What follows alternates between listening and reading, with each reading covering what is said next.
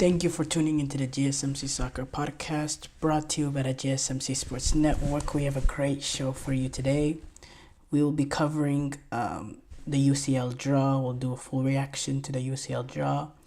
We'll talk about Real Madrid draw with Las Palmas, another disappointing result for them in the league. We'll discuss some of the more exciting matchups in this Champions League group stages that we're going to get based on the draw. That we'll also be talking about in segment 1. We'll talk about the reported interest that Arsenal have for the likes of Raheem Sterling. We know Chelsea are trying to get him out of the club. Or they're both trying to work their way out of, the contract. So, and then, stick around for the end of the show where I'll be giving you my daily edition of my reactions to some of the top soccer headlines going on in the soccer world. Before we start off, though, I just wanted to remind ya, if you've got a question, if you have a question,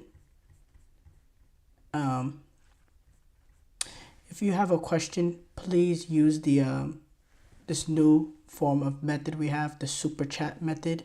With the super chat method, with the super chat method, you can write in a question and I'll be able to answer it right away. It's a great new feature we have now, so that y'all can be more interactive, more responsive on the show, and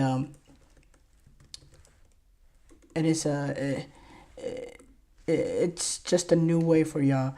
Now, your input is a big part of what makes this show great, and we thrive on your energy and insight. Whether it's a quick comment, a thoughtful question, or an opinion you just have to share, don't hesitate to drop it in the chat. Now, if you want to make absolutely sure that your message stands out and gets featured on the show, there's an easy way to do that as well. Use the super chat feature. Just click the $ at the bottom of the chat box to send in your super chat.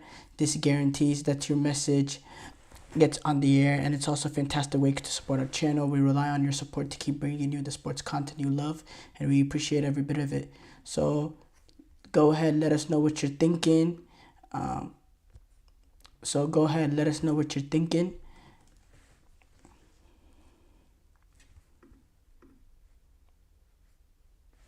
Hit that super chat button and let's keep this show as interactive and exciting as possible. And if you prefer, you can also go to the GSMC's podcast.net to tip, donate, and leave a comment or question there. We couldn't do what we do without your amazing support, and we're so thankful to have you as part of our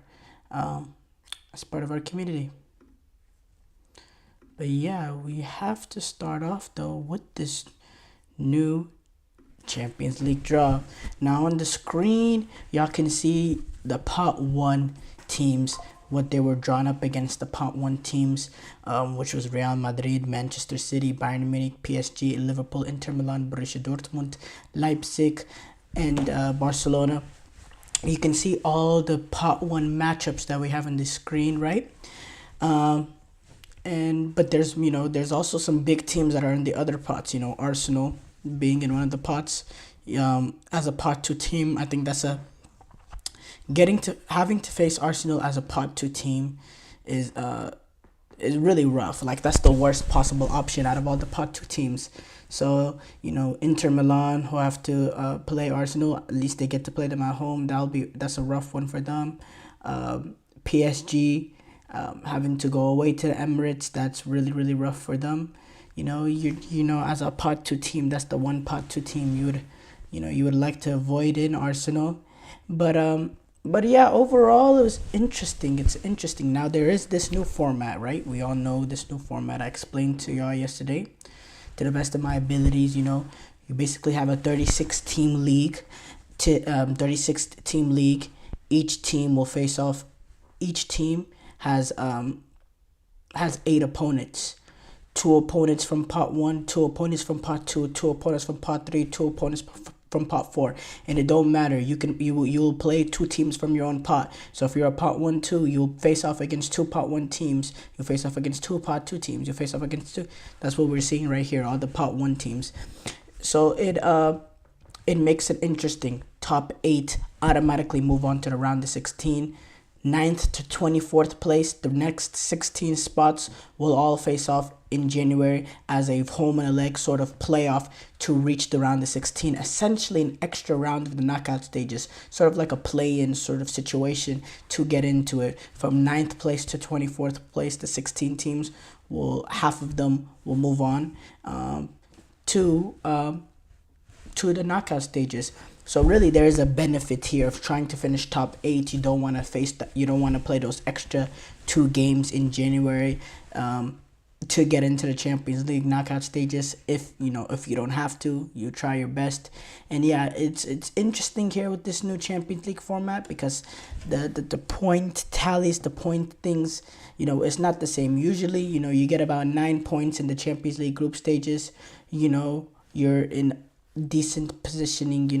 You get anything more than 9 points, you should be comfortably moving on.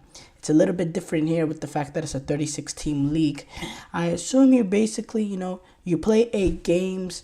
I'd say, you want to aim for at least around, 8 games. If you win half of them, will be 12 points. I think that will be good enough to get you into from 8 to 16, the 9th to 24th spot. Now, if you're trying to win, you're trying to finish in the top 8, you realistically want about 16 points. You want to win about 5 of the games, five games, about maybe 6 depending on if you lose the remaining. But it's very, very confusing. Things are going to be very tightly congested as well, with only 8 games being played and this being a 36 team league. There could be a point that 6, 7, 8 sort of positioning. It could be to the point that 9th place and 17th place is all separated by 3 points. It will get that tight. It will be that congested. That's just how it's going to be in this sort of big league in a small game format, because 8 games is a small sample size for a whole 36 team league. But yeah, I will say though, you're seeing these ties right now. I don't want to break down exactly the ties, what are going to be the most fascinating ties, because we have a whole segment later on the show where we do that. But we do have some interesting games, and it does get interesting as with the pot 1 teams facing off. Yeah, that's very good. But also another thing is we have some very strong teams in pot 2 that will also be facing off against pot 1 teams, which will make it interesting. Like Arsenal is listed as a pot 2 team. Leverkusen, after going last season unbeaten in all competitions besides the Europa League final, they find themselves in pot 2, which for me, look, Borussia Dortmund, they reached the final, and obviously there needs to be a sort of element of respect there. But for me, they're not at the level of they're clearly not at the level of Leverkusen, and they're most definitely not at the level of Arsenal. Leipzig in European wise has been pretty decent, and I look forward to their game actually going to playing against Villa. That'll be actually a very fascinating tie. That'll be actually a very, very fascinating tie. Actually, Villa goes to Leipzig. But should they be a pot 1 team? In my opinion, I don't know. I do think I'd favor Leverkusen and Arsenal. Despite I do like what Leipzig has been as a team over the past few years. There's some real quality there. But yeah, going back to the main point, we get these juicy sort of ties in the Champions League group stages. I also think this will sort of make managers for these sort of pot 1 teams, for these sort of top teams, like a Guardiola, or Carlo Ancelotti. It'll make them second guess whether or not they should take these later games in the group stages more seriously. In the past, after 3 to 4 games, we see City roll out the youth team essentially. I don't think City will have that sort of luxury in this format because of how everything will be tightly congested, and chances are not, you're going to need a result in that final game to guarantee yourself in the top 8, because City will be playing against Inter and PSG. There will be some games that they can slip up. They have to also go away to Juventus, so that we'll get some interesting ties. There's no two ways about it. We'll get we'll get managers taking the sort of group stages more seriously.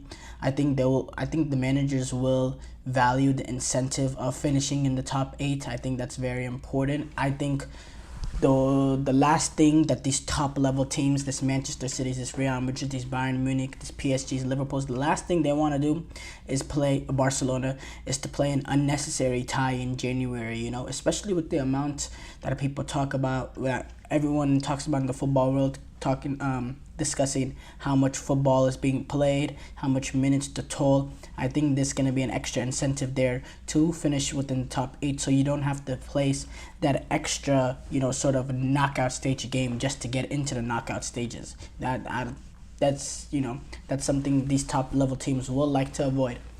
But no, I'll say this. I think we should be a little bit more patient. There's a little bit criticism over this new format. And I'm the first to criticize new things, especially when things are not broken, don't fix it. But for me, I have to say the Champions League group stages were broken. In my opinion, the Champions League group stages is some of the most boring football I have ever seen. The first week, maybe two, is a little interesting in the fact that Champions League has been gone for a while. But as you get to the later stages of the group stages, there's just so, unless there's some drama involved with the group, it can get interesting. But overall, especially with how many times in the past few years has City essentially played a youth team for the second half of their group stages? It happens countless time again. I want City to actually get tested, to have something to battle for to the final, group stage sort of games. I don't want to say that over and over again. Some of the weak groups that we've seen as well, we've seen one team and three sort of, teams that have no real ability to challenge them. I'm very excited for these group stages, and you're seeing some of these fascinating matchups, and these are only, the pot 1 teams facing off. There's some interesting ties all over the place, and we'll continue to discuss that more on the third segment of here. But right now, we will take a short break. When we come back, we'll talk about Real Madrid's draw with Las Palmas.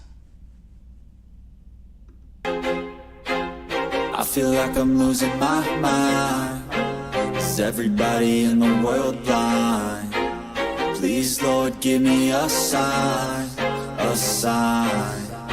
I feel like I'm losing my mind. Is everybody in the world blind? Please, Lord, give me a sign, a sign. I wanna be the greatest. Everybody on the fake shit. I look around and feel like everybody is the fakest. I make this every day and I'm impatient, hoping one day I blow up from the basement. Statement, the top is so vacant. I don't hear shit that I think is amazing. Waiting for my day when I'm playing sold out shows for 1,000 faces. Hey, give me that crown, get in my way and to be put down. It ain't your place, all this my town. If I want that shit, then I'll get it right now. I'm losing it, the noose it fits. I'm losing shit, a stupid myth. You choose to live or choose to dip. You choose to fight or lose your grip and lose a gift. I feel like I'm losing my mind. Is everybody in the world blind? Please, Lord, give me a sign, a sign. I feel like I'm losing my mind. Is everybody in the world blind?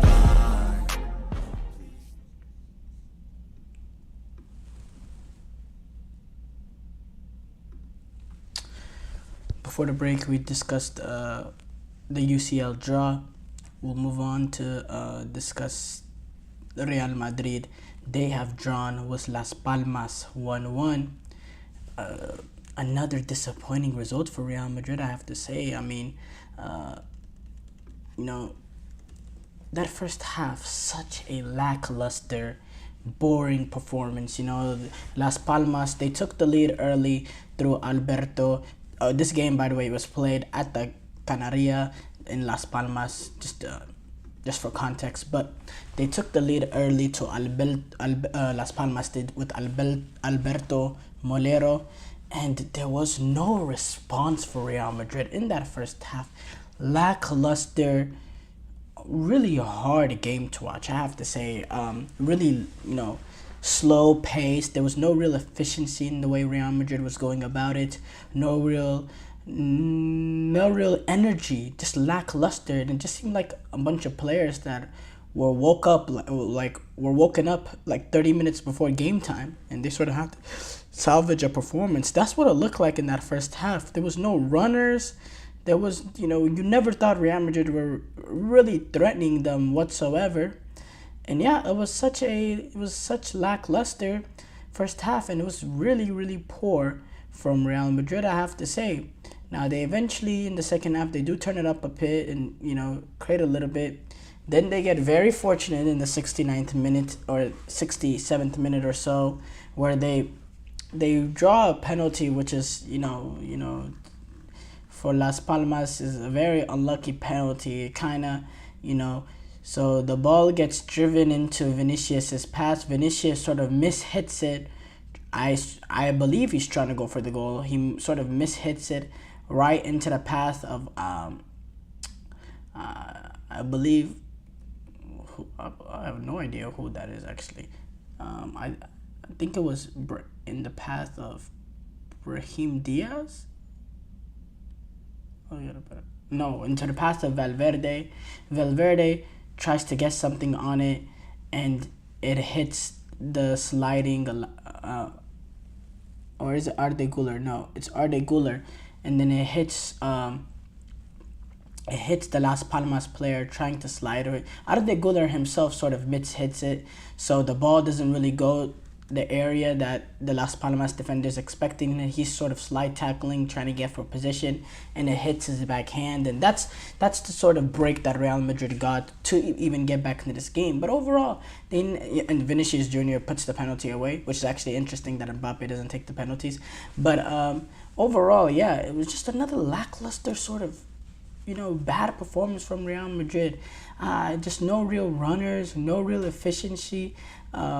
They got the ball in areas that wasn't really dangerous. They didn't move the ball anywhere near fast enough. They moved the ball very, very slow. Very, very, very slowly. Mbappe, lackluster once again. Hasn't really been that sort of, Look, with Mbappe, the criticism is going to come now playing for Real Madrid. This ain't PSG anymore, where you sort of can escape for your whole league campaign, and the only time there's real attention on you is the Champions League. No, when you're playing for Real Madrid, La Liga, it's attention day in, day out. And let's be for real, let's be frank about it. Mbappe has not been good enough. He has not been lively in dangerous areas. He hasn't been using his pace to get in behind like he's shown in the past that he can do. He hasn't shown his qualities. In fact, there's been moments that he's just trying to do too much, and he's not playing within the rhythm of the game, and it's really hard to watch because he's been making some poor mistakes and hasn't been as clinical as we expect him to be. And look, if we want to look at it from big picture, Mbappe has not really been the same since that 2022 World Cup final. You want to look at big picture. Mbappe had a pretty poor season last season for his what's the word? For his expectation. And then the European Championship, he was abysmal. Yes, he was dealing with the broken nose injury, but still, in the European Championship, he was abysmal, nowhere near to be seen. And then now he started off this sort of campaign for Real Madrid, and you know what? It has not been good enough. And yes, his natural position is playing off the left-hand side, cutting in onto his right foot. But, when you're a top player playing, joining Real Madrid, you got to be able to adapt. And, what he's produced in terms of him as a number 9 for Real Madrid so far has not been good enough. And the expectations is going to continue to grow. The pressure is going to continue to grow. And it's up for Real Madrid to show that it's up for Mbappe to show that he has the bottle to stand up, Because look, some Real Madrid signings in the past have gotten some real criticism after not starting off on the right foot. And, Mbappe, if he starts getting those sort of Galactico criticism, it's going to be, I don't know how he will respond. It'll be interesting to see how he responds. I'm not saying he has a weak mentality or anything like that, but so far, it just seemed like the pressure is getting a little bit to him, and he's not playing a sort of free-flowing football. And you know what? You could say it's probably not Real Madrid at the end of the day. Again, I'll say this again. He did not have a good season by his standards last season. He was not good enough last season. in PSG. He showed up in certain individual moments, but overall as a collective, he was sort of a no-show for PSG last season, not really playing to his sort of potential, you know. Against Borussia Dortmund in the semi-final, he was, as I say, a no-show. He was a no-show for them. You know, he did get 27 goals and 7 assists in League One, but overall in the critical moments, for me, he's been disappointing, and I like to see Mbappe sort of turn this around at Real Madrid, because now look, Real Madrid, they find themselves in a tricky position. They have already dropped points in 2 games. 2 games they've already dropped points. You know, and I was criticizing Atletico Madrid yesterday. If you want to compete with Real Madrid and Barcelona, you need to take advantage of the games that, you know, you're supposed to win. Well, again, Real Madrid so far, they've had 2 away games that they're supposed to win, Mallorca and Las Palmas, and they drew both games 1-1. And in this game, it took them like a sort of a lucky, freakish penalty to get back into this one. And in both games, in my opinion, it's been the same issues. No real lack of energy, no runners in behind, nobody committing. You don't see those clever midfield runs. It's lackluster in terms of the way they move the ball around. They move the ball so slow and so predictable. And once in a while, you know, you should take a risk and play that forward ball.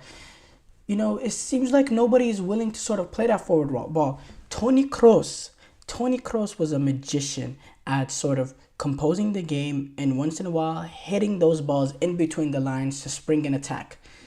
They don't have that player right now. You know, Luka Modric, he came into the 11 today and quite frankly, he couldn't get anything going. He was pretty, in my opinion, he was pretty poor.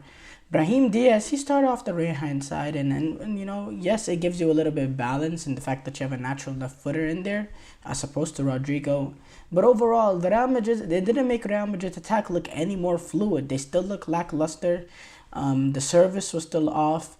I thought defensively, Real Madrid, they've been pretty solid as expected with having Rudiger, Militao, you know, Courtois. That's your sort of triangle in the back. You know, that's a really, really strong triangle.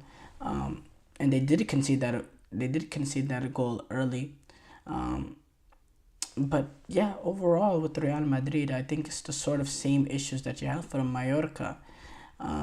Speaking of that goal that they conceded early, I do think it was a sort of a lack of concentration in that back line. You know, I'm not saying this is, you know, something that we should expect. I do think Militao, you know, not blaming Militao necessarily for the goal, but he did look, you know, it's him and Tchouaméni who kind of get caught, and he did look a little bit, you know, lack of agility. And I think it will take a little bit more time for Militao to really adjust, because that is a hard injury to come from.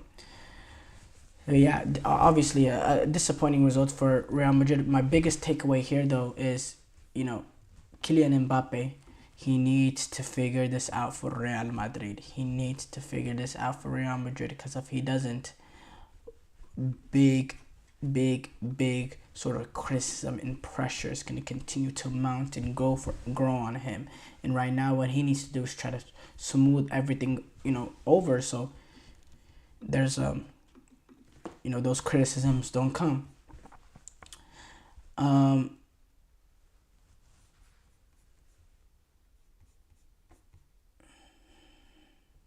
Aurelien Tchouaméni, I have to say, Aurelien Tchouaméni so far in this game was not great enough. It was not good, you know.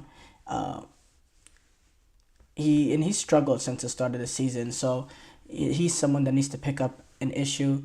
And then also another thing was Vinicius being the first choice penalty taker. That's interesting with Kylian Mbappe being there. I thought Kylian Mbappe at PSG, he was the first choice penalty kick taker.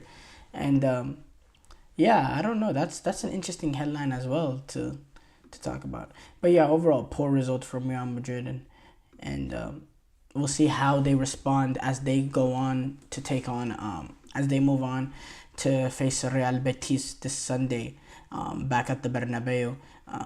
In which they've had so far, they had their only win this season at the Bernabeu. So maybe that change of environment will help them.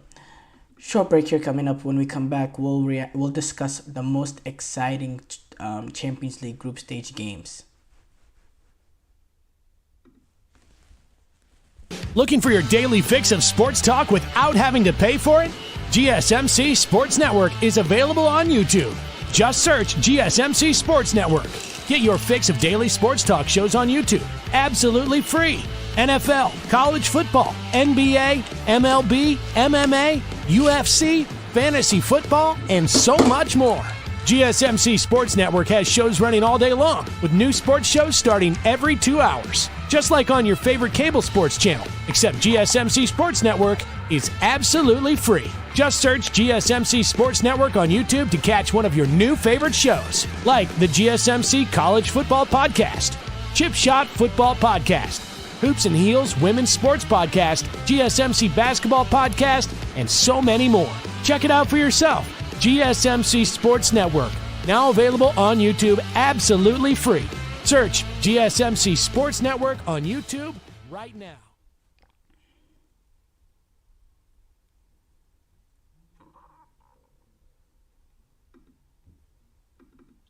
Before the break, we talked about Real Madrid drawing with Las Palmas. We move on to discuss some of the more exciting 2024-25 Champions League group stage games. As the draw happened, we discussed a little bit about it in the first segment, but this is the segment where we really break down which biggest matchups there are to look forward to, and there's a few.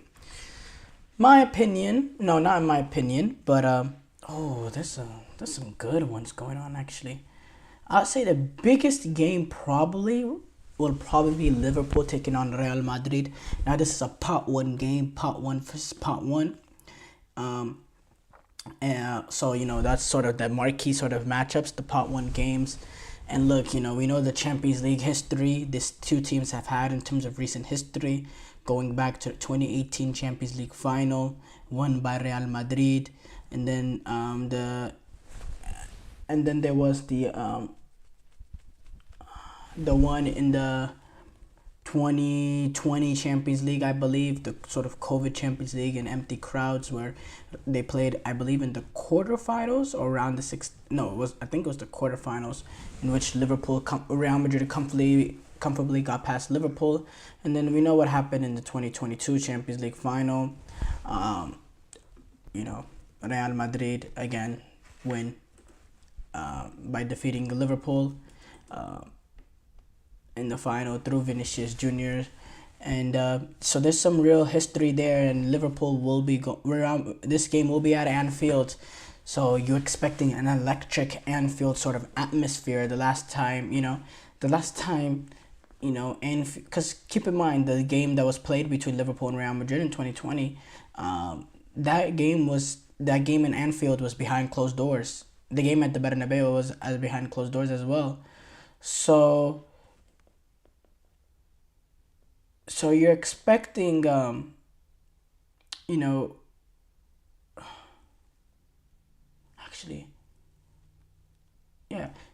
expecting, I believe Liverpool and Real Madrid, how many times, didn't they face off each other in the, we'll fact check that, but Liverpool, but this will be the first time in Anfield that there will be, ruckus crowd, that Liverpool and Real Madrid last few times that Liverpool and Real Madrid, they faced off two times in the knockout stages and 2 times in the finals actually. Yeah, they've had a real history, Liverpool and Real Madrid. It's been pretty wild actually. They've played each other a lot. So there's a huge Champions League rivalry there between the two. And Anfield is going to be up in ruckus for this sort of tie, and I look forward to this game quite high. Kylian Mbappe facing off against Liverpool in one of his first Champions League match for Real Madrid. I think this is the opening game for Real Madrid and Liverpool. Is it the opening game? We can fact check that as well. Okay, they don't have it up right now.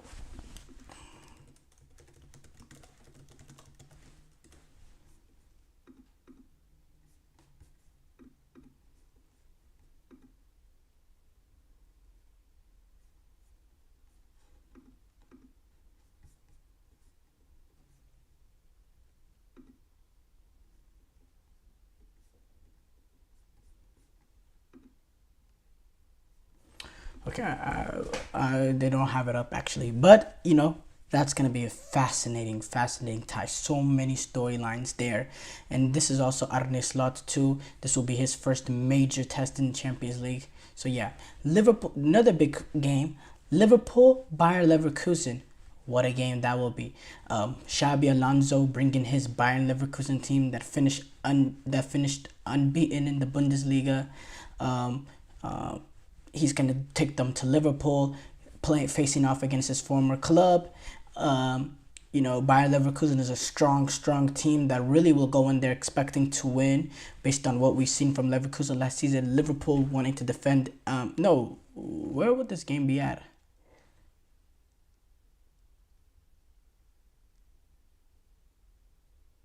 Yeah, this game will be at. We can see it right here actually. Liverpool taking on Leverkusen. They will be home. So yeah, Liverpool, they're fortunate. They will be home taking on Leverkusen. So, Xabi Alonso will be returning back to his old club. Big game coming up here, and that could be a pivotal game as well.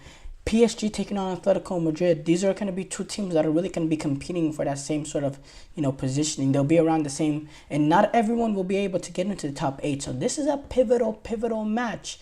PSG taking on Atletico Madrid, and Atletico Madrid, they're going to keep it compact. They're going to keep it tight.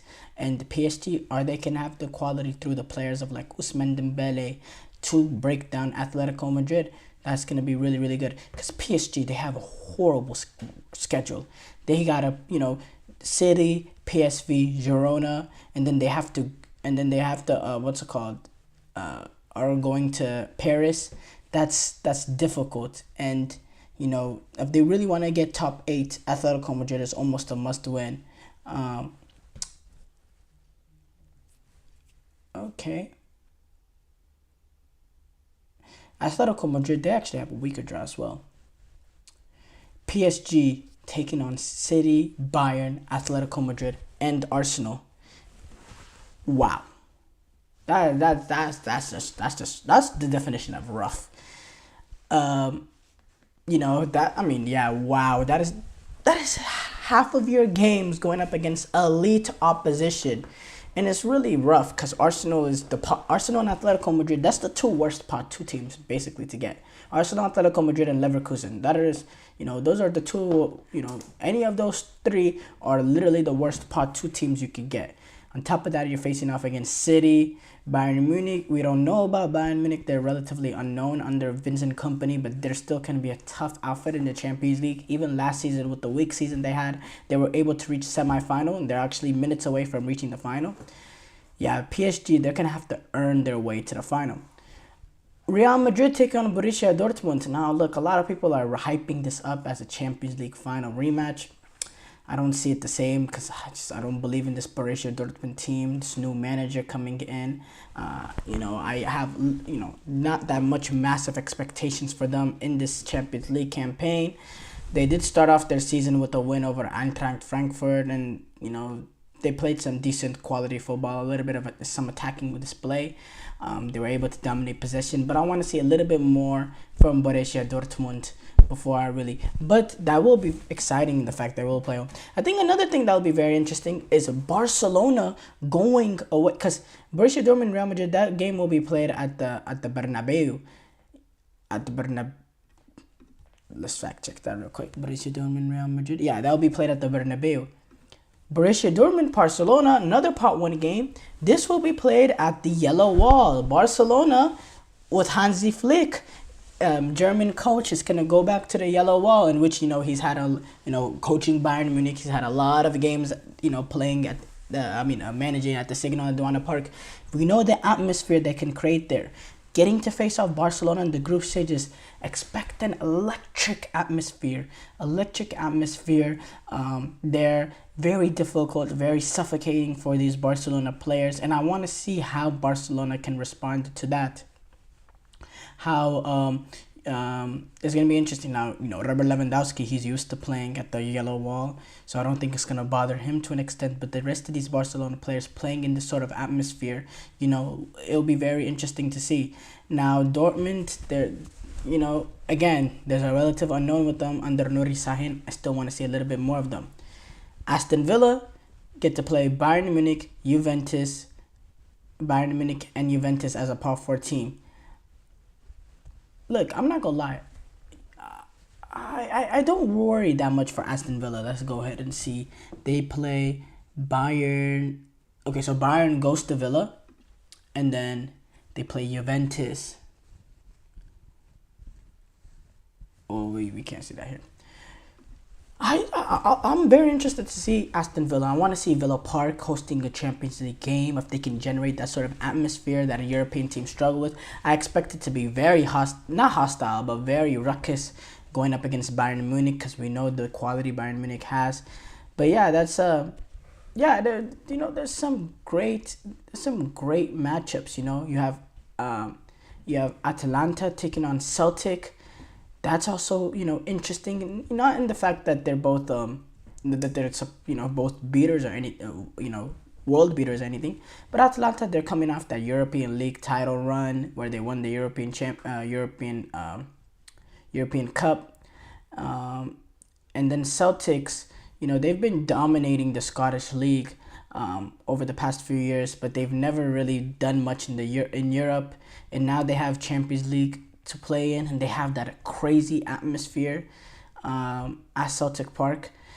They'll be playing this game in Italy, but that'll be interesting as well. You can see the amount of great matchups that I just read on the screen.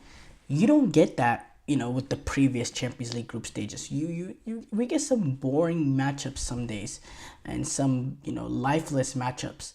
This time around, we're destined to get an amazing game every week almost, which surely should improve the quality of the Champions League group stages, in my opinion. Short break here coming up. When we come back, we will react to Arsenal's reported interest in Raheem Sterling.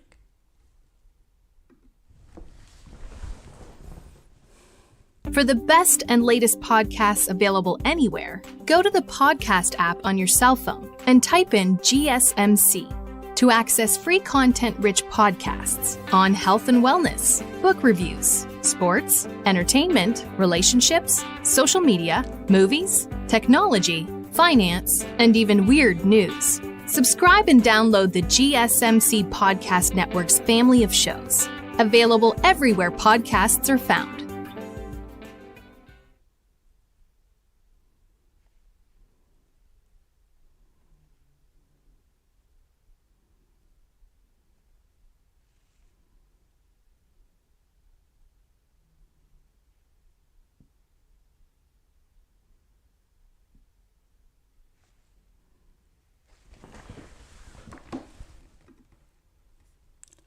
Before the break, we discussed the most exciting Champions League group stage games. We move on to react to Arsenal's reported interest in Raheem Sterling. Wow, wouldn't that be something? Look, so we clearly know the issues with Raheem Sterling. He's just not going to play at Chelsea. He's not in the rotation. He's not in the squad. And he's at the point in his career, being 29 years old, that nothing matters more than playing game in and game out. We see the reports that he's sort of desperate to get back into the England squad. He wants to get back into the setup, which I don't blame him. He's 29 years old. How is he already, on the outs of looking in England? How is he already missing European Championship positioning? I don't think the drop-off for Raheem Sterling has been as bad as what people think. I think, he's been okay. He was okay the past year. Wasn't really at the sort of level, but again, him and Chelsea, they didn't fit each other. What those two sort of goals were, and now with Chelsea, they have these sort of ridiculous amount of players at wingers, and they're trying to sign another, which is even more shocking to me. And it's clear he's just not going to get the minutes that he wants at Chelsea, so he's seeking a move elsewhere, which is good. When the Juventus reports was coming out, I thought that was a match made in. a match made perfect for both Raheem Sterling and Juventus. I think Juventus would have gotten that sort of player that can be vertical, that can stretch the line, opposite of Tim Weah, and also be that sort of, the sort of star man in the attack that, Juventus were sort of lacking that star quality and that ability. And then for Raheem Sterling, he would continue to play for a top club, get to play game in and game out for a top club, playing in the Champions League, in these top leagues. So I thought that was a perfect move for them. It doesn't seem like that's on the cards at this point right now, and the fact that Juventus still need, I don't think they'll be able to afford those sort of wages. There's still, reports going on. But, it's clear Chelsea, they're willing to cut bait, and they've allowed, him to seek other teams. And for him, the best thing is him leaving. And now there is that reported interest from Arsenal that came in, which is beyond interesting. Arsenal... they're interested in this is according to reports, for a potential deal for Raheem Sterling, but they're not willing to pay any fee. And Chelsea, they're willing to offload Sterling before the end of the transfer window, and the fact that he's not in Enzo Maresca's plan.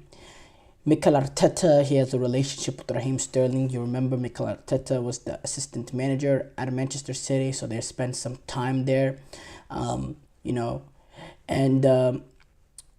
And even though the Arsenal, they're looking at the prospects of a potential deal, they do not want to pay a fee, and it's also reliant on the fact that Chelsea are willing to take a part of his take on a part of his contract and wages, in the fact that he's reportedly making 325 million or 325,000 a week, £1,000 a week at Chelsea. And Arsenal, they're not willing to pay anything over 150,000.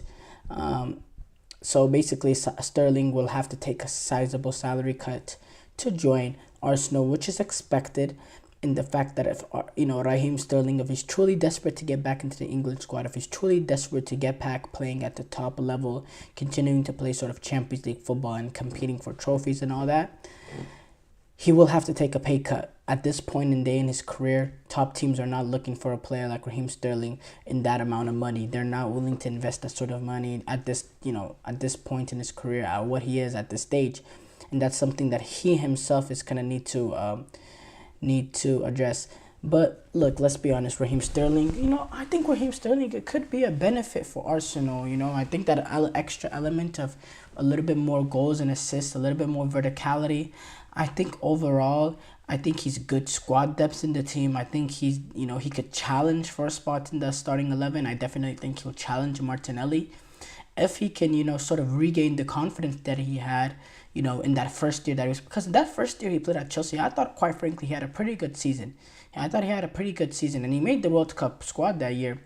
And he was a starter for England at the World Cup. So yeah, I could see why, Mikel Arteta, the fact that he knows him, I can understand why he would want Raheem Sterling. I really do. I think that would be a good move for Arsenal, contingent on, because look, you're not paying £325,000 a week for someone that's going to come in to make your squad better. It's obviously contingent on whether or not he's willing to take that sort of, salary cut. If he is willing to take that salary cut, I think this is a sort of almost a no-brainer for Arsenal. I really do. I think he'll definitely improve the squad.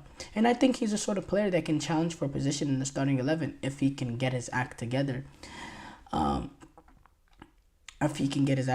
Other talks, that other reports have talked about Arsenal having talks with Ivan Toney's agent, as they're, talking about a potential approach for him, which I think, as I said yesterday, I think that would be a big addition for Arsenal if they can get in a guy like Ivan Toney, because I think Ivan Toney will improve Arsenal more than someone like, Mikel Merino, who they have also signed. I think in terms of next season, wanting to compete, get over the line over Manchester City, I definitely think having an game in, game out sort of striker, Ivan Toney, that's proven in the Premier League, will get you closer to the Premier League title than Mikel Merino would. And they're around the same value right now in terms of transfer value. They're around the same value. Ivan Toney, as the days go, his transfer value is slowly deteriorating. I saw a report right now that Brentford are expecting only around 35 million euros or so for him. That's a ridiculously low value for someone who's a proven goal scorer in the Premier League. And there's also reports with him being linked with the move to Saudi. Because almost the fact that, there's clubs almost basically running, the top clubs are almost running out for Ivan Toney, and now the Saudi thing is out there. But for me, Ivan Toney, it'd be a shame for him to go to Saudi because he has so much football left at the highest level, and he could really be competing for, real trophies. He's never played in the Champions League before. That's, he's 28 years old and he's never played in the Champions League before. He deserves to play Champions League football, in my opinion. He deserves to play Champions League football. Ipswich Town, they might look to potentially get a deal for Crystal Palace's Odsonne Edouard, because Armando Broja, he failed a medical with Ipswich, which has sent him back to Chelsea with him failing the medical. Tough break for him. Nketiah, there's reports saying Nketiah is set to join Crystal Palace. That also why the Crystal Palace is willing to part ways with Odsonne Edouard. It's reported that Ipswich are not completely closed off to an approach for the Palace forward if he's not currently a priority target for the club. Victor Osimhen apparently is closer to a move to Al Ahly rather than Chelsea, reports say. I don't know if I believe that. This report came from a journalist I really don't know much about. But, it's difficult. Juventus and United have still not reached an agreement for Jadon Sancho. Chelsea are still monitoring the situation, but it seems like Chelsea have found themselves in a position that they need to sell to get Jadon Sancho. And they need to sell. Again, I asked this question. Is Jadon Sancho necessary for Chelsea Football Club right now at this moment with the amount of wingers that they have? Pedro Neto, Cole Palmer, who can also play in that position. Nkunku that can play in that position. Okay, hold on. Pedro Neto, Nkunku that can play in that position. João Felix that can play in that position. Cole Palmer that can play in that position. Mikhailo Mudryk. There's so many players that can play on the wing for Chelsea Football Club. Nani Madueke. You have Nani Madueke, Mikhailo Mudryk, Pedro Neto, already out-and-out wingers. And then you have all these sort of players like Nkunku, João Felix. Okay, Cole Palmer is a 10, but Nkunku, João Felix, they're going to primarily play off the sort of wings because you cannot play both of them as number 9s, especially already with Nicholas Jackson in there. A lot of their minutes are going to come from playing off the wings. There's just not, what is Jadon Sancho actually, providing for Chelsea that they don't already have? I don't know. But I'm not here to talk about Chelsea's transfer strategy. Short break here coming up. When we come back, we'll react to some of the top soccer headlines.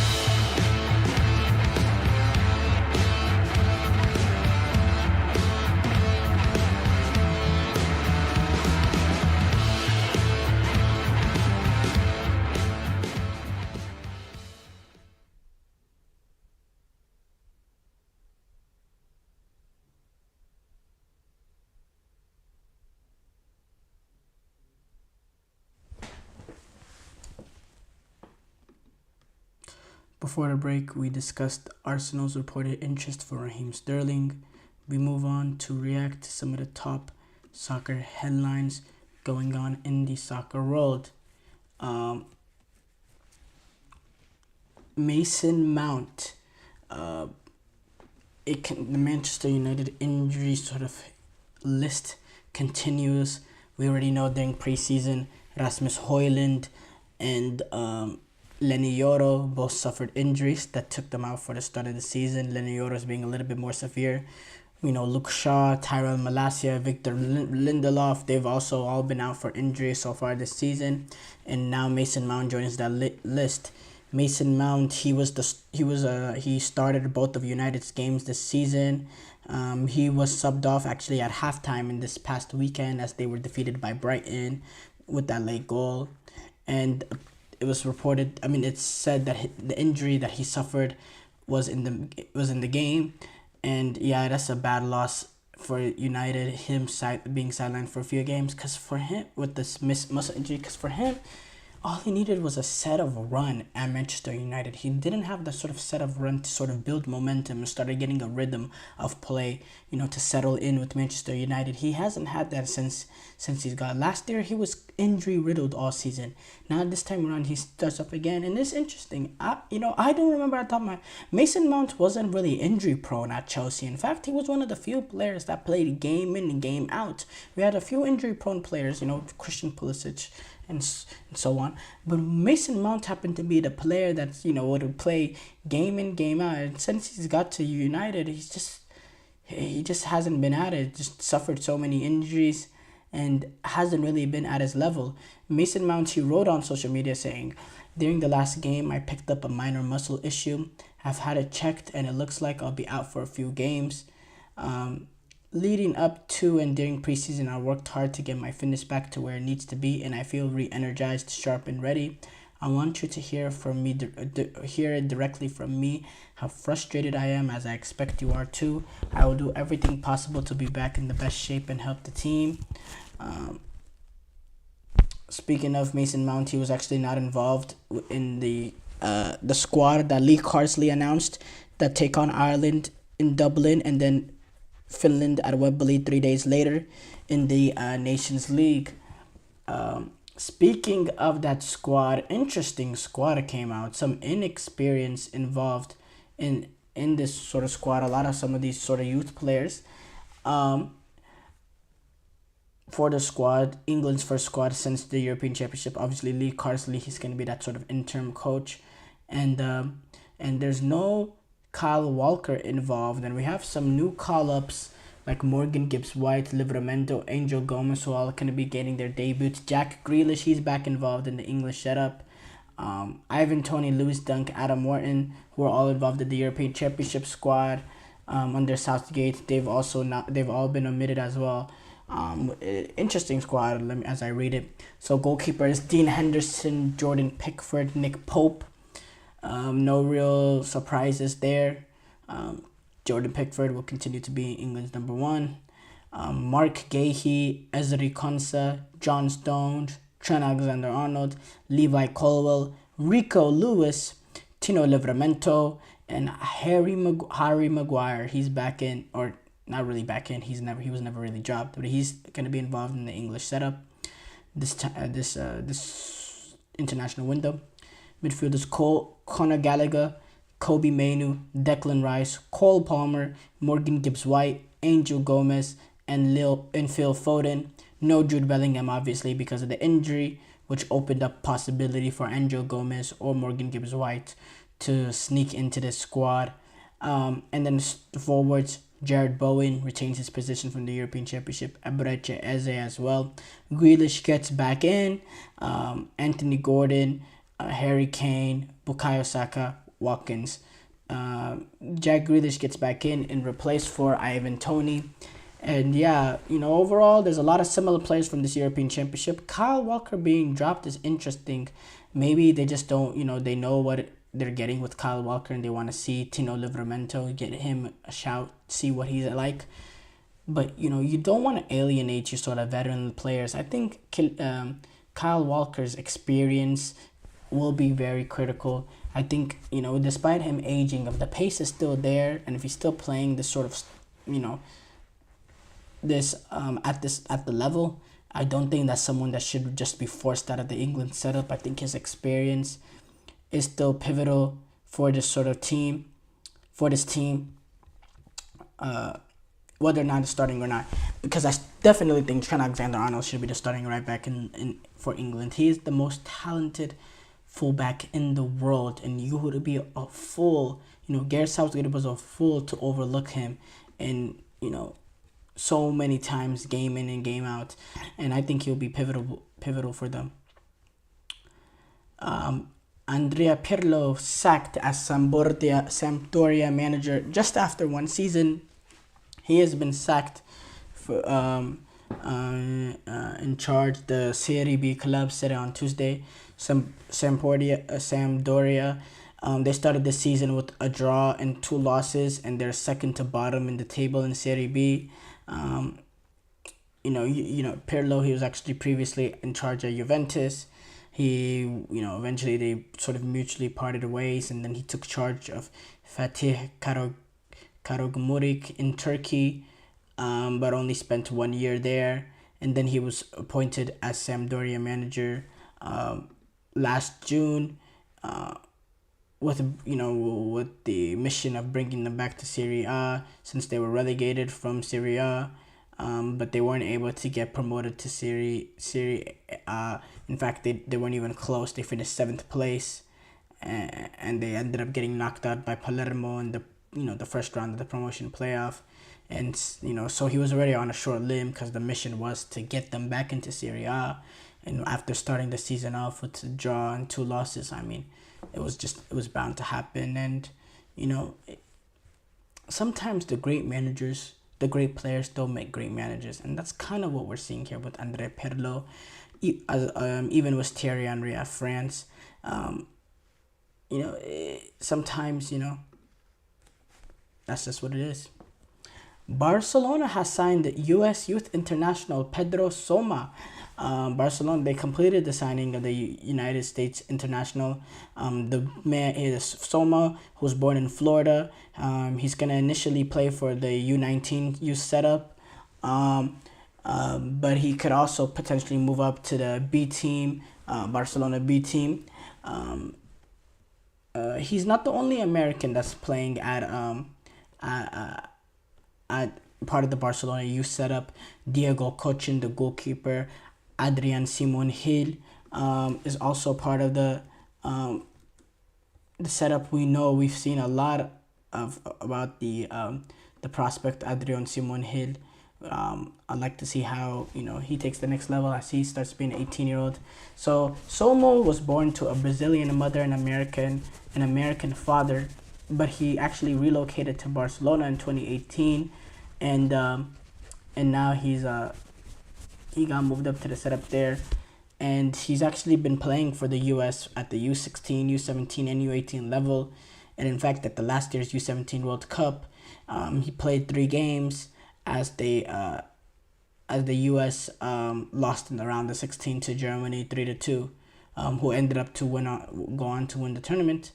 So it's good to see that the U.S. continuing to develop these sort of youth players, and now with Mauricio Pochettino coming in, there's some high hopes in terms of getting those youth players and getting some results out of it.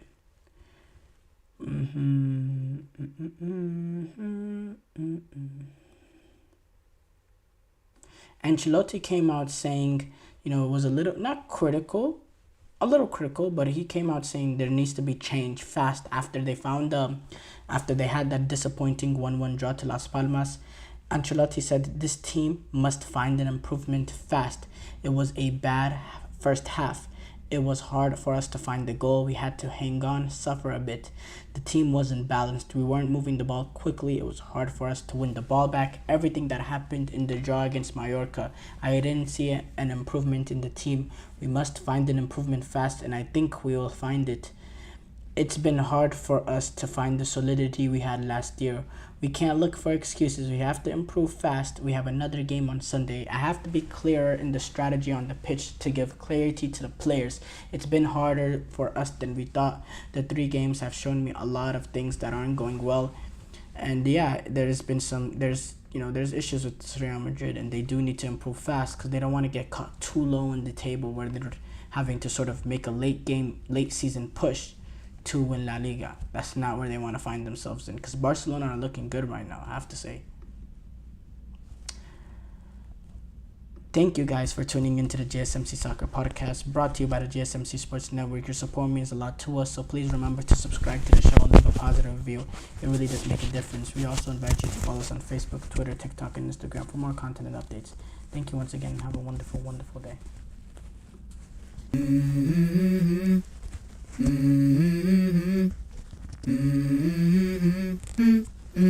Let's go. I wake up to a little